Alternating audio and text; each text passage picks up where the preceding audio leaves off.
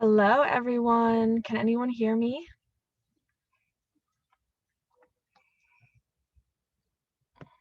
Yes, awesome. Okay, so as you can tell, I am in a parking lot. I am connecting to the Starbucks Wi-Fi because I had to move out of my apartment today. I'm moving back to New Jersey from Florida, so we kind of got caught up in the time transition. So is the connection okay, or am I cutting out? Yeah, give me some thumbs up. Perfect. Okay, so I'm just gonna pull up some of the questions that you guys asked me on the event. I know there was a couple, but you guys can start commenting questions to the group or direct message. It's easier if you just do it total, but I know some people want to do it anonymously or whatever. You're also more than welcome to turn on your camera and participate and use your voice and ask a question live. I would love that. Feel free to also interrupt me if I'm answering somebody else's question and you want to ask a follow-up or whatever. So let's see. I have 3 questions here. All right. So first of all, it's been a little while since I went through dedicated. I guess it's been a little over 2 years now. So I have learned a lot that's different and kind of adjusted since my last video, because I know a lot of you have watched that. I'll repost it. I'm going to make a new one. But I just want to really remind you guys that, you just spent, I've kind of given this spiel to a couple people over the couple of days who've been asking for advice. You guys just spent 2 years, 2 full years studying 100% of the material, right? And then you spent 3 months in term 5 restudying 100% of the material, right? So what I don't want you to think you have to do is over the next 7 weeks restudy 100% of the material, right? What you want to do is really focus on your weaknesses. So say you got a 80% in term 5, right? You prove to SGU and to me and to yourself that you know 85% of the material, more or less. So now your goal is to, or 80% of the material, to focus on that 20% that even though you finished all of term 5 and all of the first 2 years, you're still struggling with and you're still getting wrong. So really focus on your weaknesses, really focus on the things that you're not good at, that you've been ignoring, and kind of don't worry about seeing everything again, because 7 weeks really isn't enough time. Okay, so now I'll get to the question. So what is your opinion on including boards and beyond or Anki in our schedule for dedicated? And how many Nvme exams would you ideally take before STEP? So I'll do that one at a time. I think boards and beyond is great for term 5, but they're really, really long for dedicated. And when you only have a couple of days, please guys tell me if I'm like coming in and out at all. When you only have 7 weeks, you really can't get through boards and beyond again. And I wouldn't even try. I wouldn't make it a daily thing. What I would use boards and beyond for is like if you have a really strong weakness. Like for me, my weakness is anatomy. I would rewatch his anatomy videos over and over again, right? Or if I was like, all right, I've studied, diabetes insipidus 7 times and I'm still getting wrong, then I would watch it. But I definitely wouldn't make it in everything. Anki's every day. Anki is an hour or 2 every single day on the things you got wrong, right? We're not going to have time to get through UWorld 2 or 3 times, but we can get through the things that we got wrong 20 times with Anki, right? So if I make an Anki card or find an Anki card on every UWorld question I get wrong, I'm going to see that every day for weeks. That's how I make sure I don't make that mistake again. Okay. All right, so does that answer that question? Does everyone kind of understand how to use UWorld and Anki for dedicated? Or do we have some follow-up questions?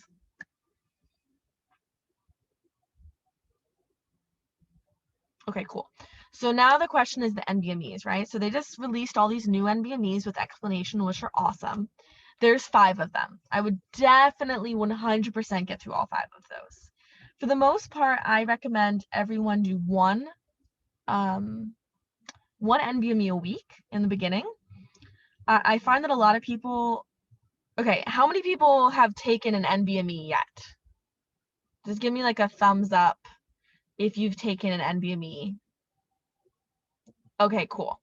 So I'm seeing that like half of you, right? So half of you have probably had the experience where you got around a 180 or a 190 or score drastically lower than what you want on test day, right? And it's very anxiety inducing because you're like, hold on, I want a 230 and I just took my first Nvme and I couldn't even pass.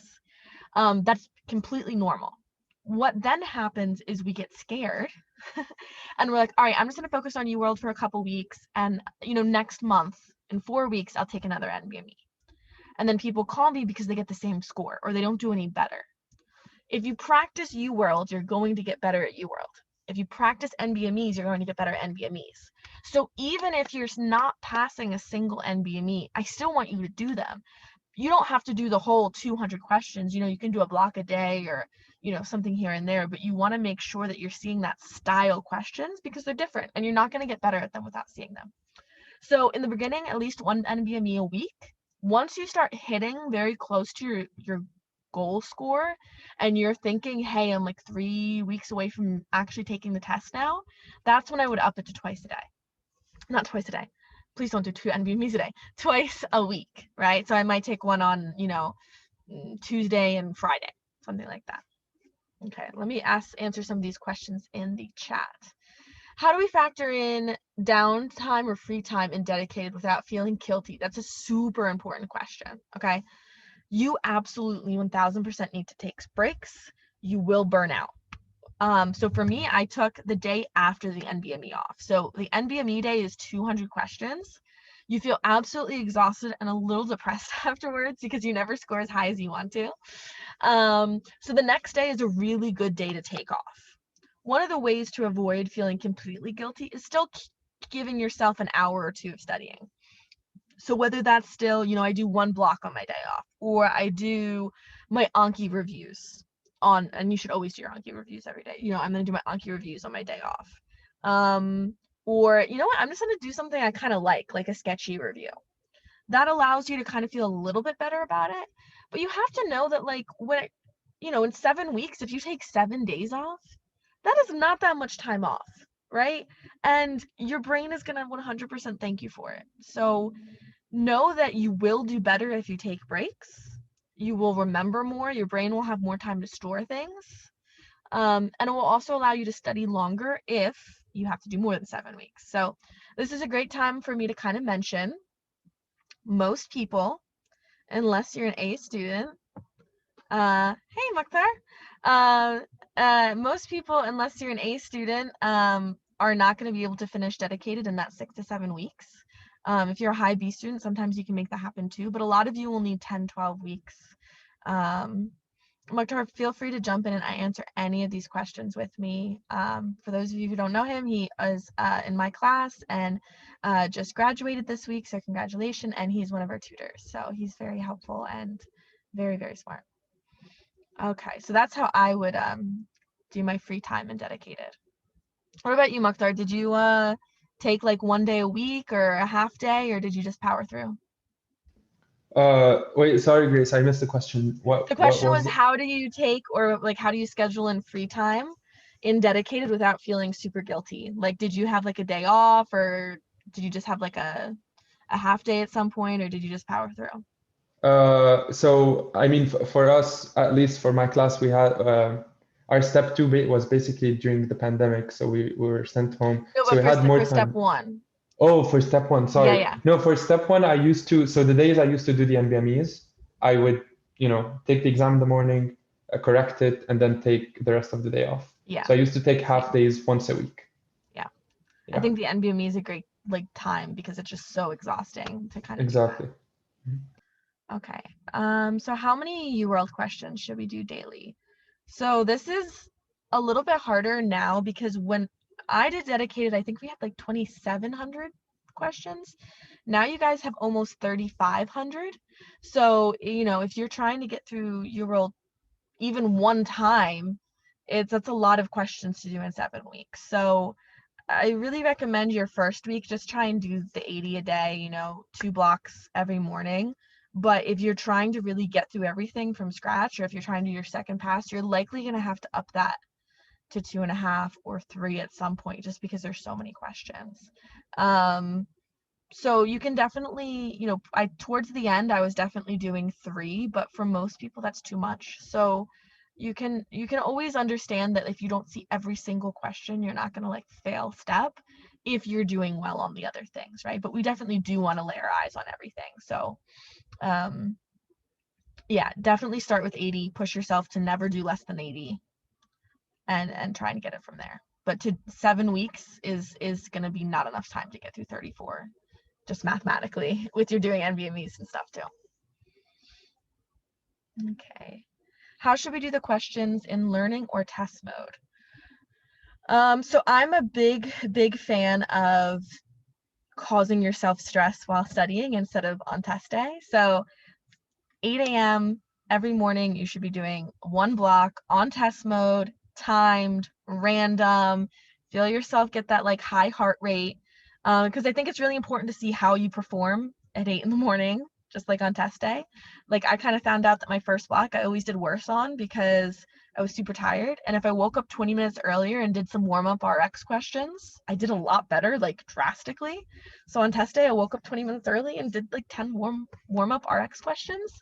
The second block, I think, kind of varies. If you're a strong student, if you're doing well, yeah, do your second block timed to, test mode very seriously.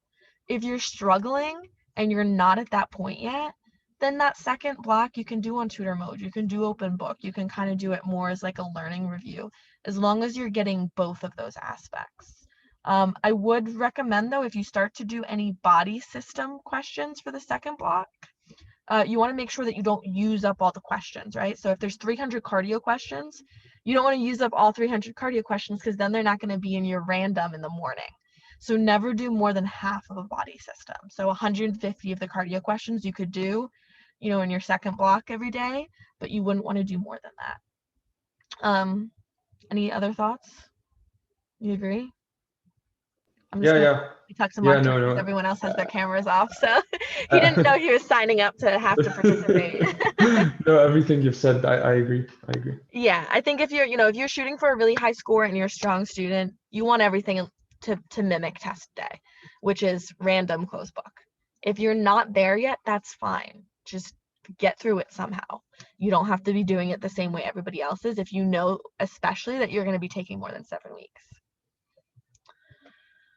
Okay, how would you recommend using UWorld self-assessments and RX self-assessments to supplement Nvmes? 300 is quite a lot for Nvmes with other costs piling up. Okay, so the UWorld self-assessments are paid for, so that's nice. I'm not sure if the RX ones are free or not. Could someone give me a thumbs up if they're free? I don't know. I don't think we had those. They are free. Okay, cool. So the RX ones are newer, so I don't really know kind of what they correlate to, if they're going to give you an accurate exam score, but it's still good practice. The Nvmes are the most accurate thing to step. They're written by the step people, they're old step questions, they give you the step breakdown, it's in the format as step. I think it's worth the $300. You guys have all spent already close to $300,000, whether it's on loans or through some other way. The $300 for the most important test is 100% worth it. I would rather you spend that money on that than almost anything else. But I really like Nvmes, so some people disagree with that. The UWorld self-assessments, you usually want to keep until a couple weeks before you take your exam. So most people take the first UWorld assessment 2 to 3 weeks out to kind of judge if they're going to take step in time. Your score can definitely still fluctuate with like 10 standard deviations, so like 10 above that or 10 below that, but it's kind of the first gauge of like, am I going to be ready to take step? And then UWorld 2 is just kind of like yeah, okay, I'm really ready for step. Or if you decided to push back, you'll use it again as a judgment call for if you're going to take step. So those are important tests to take. And yeah, I would 100% use $300. There are some free bootleg old Nvmes on the internet that you can absolutely find that are still very good. They're not going to have explanations, but they're still great practice. So if you're, eating ramen every day and genuinely can't afford the $300, go find those bootleg versions and just do them as a PDF to supplement some of those new ones, because some of them aren't that old, so they're still pretty good. Okay. Where do we get NVMe exams, the new and old ones? Great questions. So I believe the website is mynvme.org. Somebody who has taken one already, if you guys could copy and paste that link into the chat, that would be great, since I'm in the parking lot. But basically you log on there and you select self-assessments, and then it's basic sciences is what you guys are doing. The first exam is basic sciences, and you can practice on there. It's the same format as STEP will be. So like it's the same software, it's the same lab values. You cross out answers the same way, you can make notes the same way. The old ones, that one you've got to do a little bit more legwork.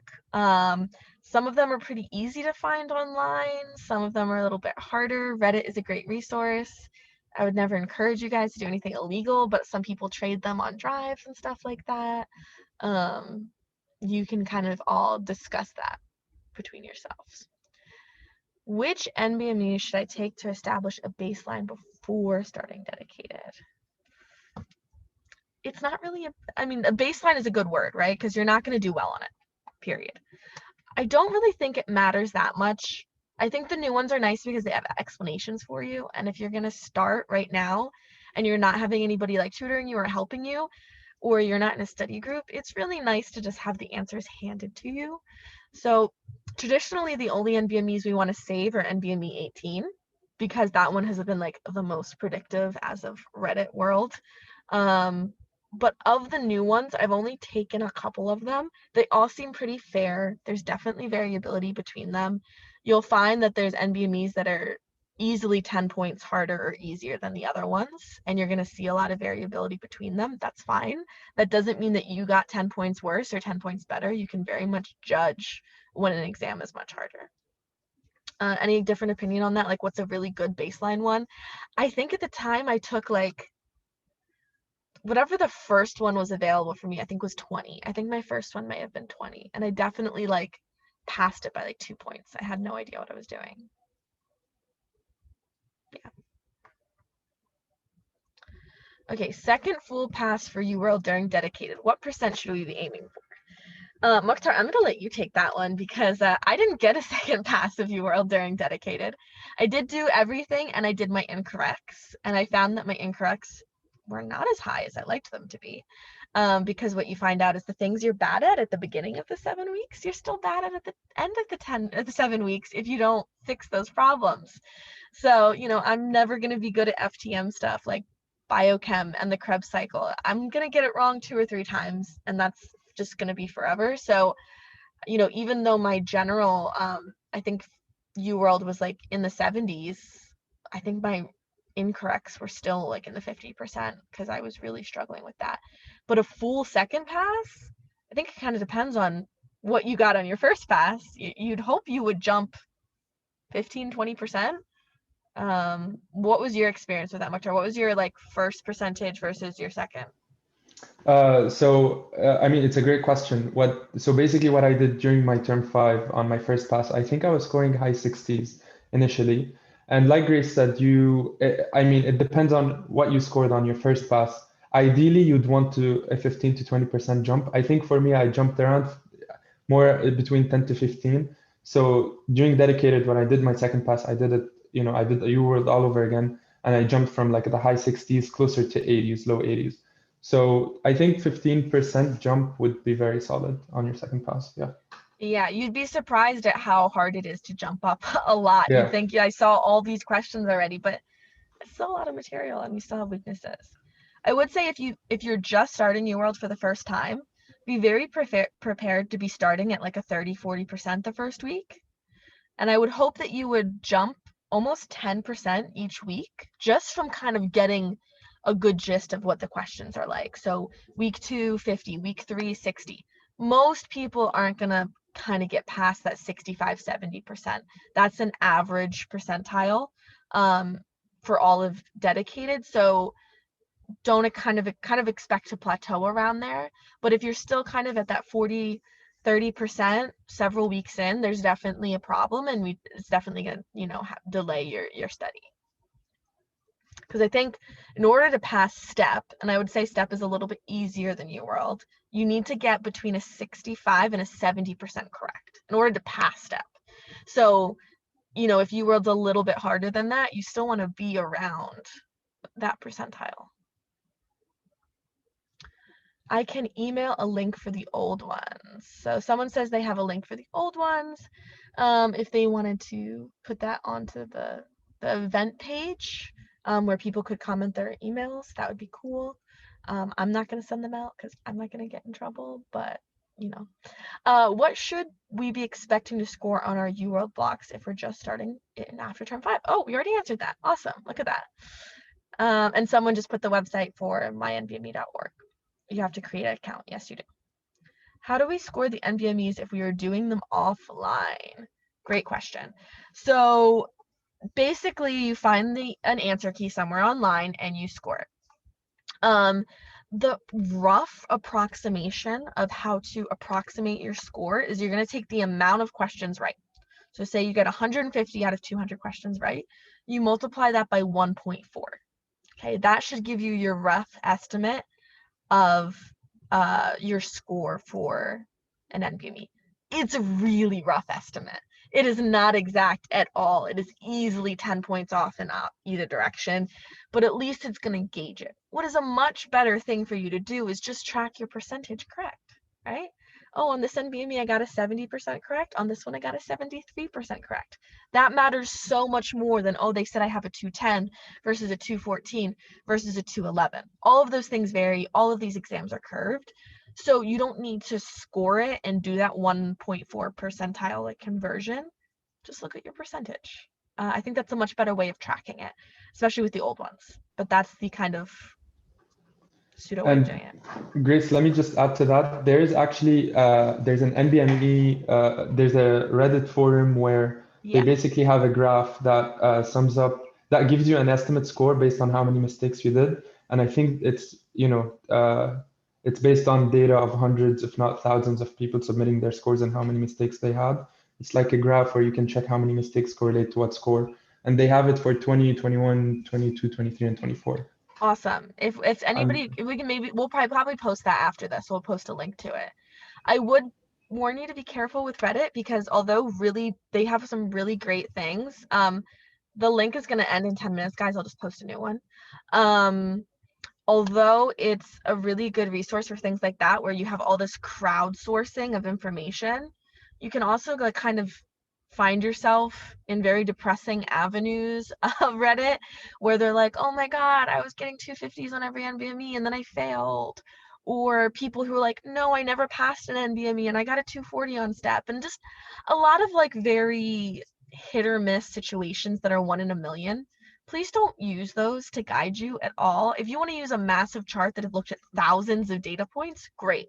But if you're looking at one person's post, that really doesn't mean anything. So please don't spend hours on there. It is definitely a trap. It's really hard to avoid, but it's definitely a trap. Based on the new ones, Reddit recommends 26, 27, 25, 28, 29, 30. I think that's a great order. I don't really think it matters that much if you were to do it in a different order. But in general, you want to find the easier ones and start with those. Just makes sense. Start easy, work hard. Sorry if this has already been asked, but diagnostic exams to take before dedicated Nvme UWorld. Yeah, we did talk about that. This is recorded, so we'll post it and you guys will be able to watch that. But yeah, lots of Nvme is definitely going to take UWorld. If you want to take an AMBOSS or an RX one, it's not going to hurt you, but it's not essential. And then there's also the free 120 that you want to take a few days before STEP. I'm in my first pass of UWorld. I spend 2 to 3 hours to review one block. Is this normal or is this taking too much time? I think that's perfect. 2 to 3 hours is about 5 minutes per question. I think that's totally fine. I do want to say that if you're getting questions right and you're confident in them and you're like, yeah, this was clearly Klinefelter's, I definitely knew the answer, you can really just read that educational objective at the bottom, right? You don't need to read every word of that UWorld explanation. You already understand it, you already answer, move on. But if you get the question wrong or you guessed correctly, that's when you can kind of start using that information to kind of understand better. You don't want to memorize anything in that long UWorld explanation. That's for understanding. The only things you want to memorize are in that bottom line. So if you understand everything in that bottom line, you're probably set for the Nvmes. But yeah, I think 2 to 3 hours, right, Mo? I would never do less than that. You might end up doing a little bit more than that in the beginning if you're getting like a 30-40%, you have a lot wrong. But yeah, okay. Is the format of the actual step 1 exam the same as the new Nvmes? Yes. The actual step 1 is the exact same format as the new Nvmes. There's also a setting on UWorld to make it more like Nvmes and more like step. I don't know that it's essential to do that, but you can. Best way to do UWorld blocks, random or system-based. We talked about that. I'm a big fan of random, but if you're not passing and you're definitely going to be doing a couple months of dedicated, it's fine to do some system-based as well. Someone posted the drive to everyone, all the Nvmes. You're welcome. Thank you. You can also post that in the event when we're done. How do you recommend getting to block review faster? So that's what I was just talking about, is that really focusing on that educational objective. If you can synthesize everything there, you are good. If not, you're going to have to use other resources. Also, remember that you don't have to review everything right there, right? So if I get a staff Aureus question wrong, I'm going to read the explanation, I'm going to get an Anki card on it, and I'm going to write down that at 3 o'clock when I do my sketchy hour, that I'll do staff Aureus. I don't need to stop and watch it right there. That kind of breaks up my day, and it kind of slows down the review. So when at 3 o'clock, when I finish my reviews, I might have a list of 4 or 5 sketchies that I need to watch, but I didn't do it during the review. But I'll still pull that question back up, right? I still want to look at that question. I'll be like, watch sketchy with number 17 of block 1, because I want to go back, I want to compare, I want, when they say this symptom, I want to be able to match them back and forth. That's one of the ways. Do you have any suggestions on how to make it go faster? I mean, it's kind of just like exhausting. It's not really a fast process. Yeah, no, honestly, with more practice, the more questions you do over time, you'll find yourself approaching, highlighting what's important and just approaching the questions faster in a more efficient way. Everyone's gonna love this question. Are SGU exams similar to Nvmes and UWorld? No, but also yes. Okay, so like, will a cardio SGU exam 100% ask you about Beck's triad? Yes. Or most Nvmes also going to ask you about Beck's triad? Yeah. But there's also like a ton of variability between the others. I think that SGU does a pretty good job at focusing on details and memorization, and they don't do as great a job at asking us like experimental questions and like, what if you did this, or like kind of more problem solving things. So I think that we kind of come out of SGU knowing pretty well how to memorize things and not as well how to synthesize information and critically think. I think that's where the biggest difference is. Nvmes won't tend to ask you as much straight rote memorization, although some of the questions are. They like to ask you a lot more like critical thinking questions, but they're definitely not similar, but they're also the same material. I mean, like, we've been studying medicine for 2 years. That's what step 1's testing you on. So, yeah, what do you think? They're not the same. Yeah, no, I agree. They're definitely not the same. The content, yes, is the same, but the way they ask the questions and the way they want you to approach it is definitely not. Yeah. And the best practice for step 1 would obviously be Nvme and UWorld, not. Yeah, so you can definitely separate your performance. So a follow-up question, we can separate our performance from SGU exams. Yes, except that the best predictor of your score step is still your WMPG, right? So that means that if you are a average 80% student at SGU, chances are you will be an average student on STEP. Nothing has changed in the past 2 years. There are ways to change that, right? If you study longer than the recommended time period.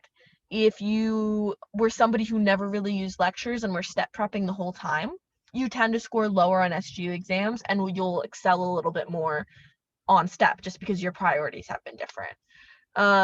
But otherwise, this is studying, test taking, content knowledge. So as much as you can say that the exams aren't the same style, the skill set is the same. So you can kind of use it a little bit to guide how long it's going to take you to get through dedicated and do well. Unfortunately, past predictors, but we can always change. Okay, I have like one more question on the Facebook group, and then both my computer are dying and our timer is up. So I know this was a quick 45-minute session. I'm gonna do another one next weekend because I want you guys to finish your first week and then have a bunch more questions to ask me. But if you have any more questions right now, you can ask them really quick, send them in the group. You can also always message me directly or post it onto the Facebook group. But yeah, I think that you guys have a good understanding, and then you're going to go through and see how the first week goes, and you're going to have a lot more questions for me. Can you go through what happens on test day? So I'll just do like a minute review on what happens on test day. I think that we'll need to kind of touch on that way closer to the actual test day. Oh hi, I just saw you there. So actual test day it's actually not that bad, kind of chill. You're kind of on a lot of adrenaline. You check in usually about 30 to 40 minutes before your exam. You oftentimes get to start your exam a few minutes earlier than your test time. So, if it's 8 o'clock, you likely will start at 7:45. So don't be surprised by that. They kind of do like a, check for any, things you're sneaking in. They have you sign in, sign out, fingerprint, that kind of thing. And then you start the test. You do a block, and then you have an option to take a break. I strongly recommend taking a break after every single block, even if it's just 3 minutes for you to walk to the bathroom, put some cold water on your face, and come back. Because you never want to be like in the middle of a block and like, oh my God, I have to pee, or oh my God, I'm like exhausted, because now you can't do anything. But yeah, test day is interesting. It's a lot of adrenaline. It's a lot of stress, but it's not too bad. How do you know how things turned out for any students who went past the July 15th deadline by a few weeks? It genuinely goes just fine for them. The problem is if you're doing well, you don't want to push back step because you'll likely go down. But if you're still climbing, just climbing slowly, pushing back is definitely a good option.